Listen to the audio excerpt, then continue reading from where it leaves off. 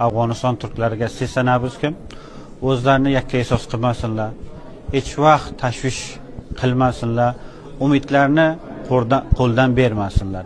Bilsinlar, inshaalloh taolo qorong'ilikda eng ko'p bo'lgan vaqti yoqtilikda boshlanish vaqtidir. Inshaalloh taolo umidvorbizki, bular qancha tushunmamoqga talosh qilsa ham, mardumni ovoziga, mardumni taqozosiga bizlar tashqaridan bo'lib qo'limizdan kelgan har bir talashda anjom beramiz. Buni rasonalarga, ijtimolarga, mana shunday ilmiy yig'inlarga hammasiga bo'lgan suhbatlarga keltiramiz va toliblar agar xohlasalar oyindagi Afg'oniston millati bilan bir sulh doimining ichiga tiriklik qilmoqchi bo'lsa, boyat hech bir millatni ne tili bilan, ne kiyimi bilan, ne farhangi bilan, ne mazhabi bilan o'ynamamoq kerakligini yana bir bor o'ylamoqlari kerak.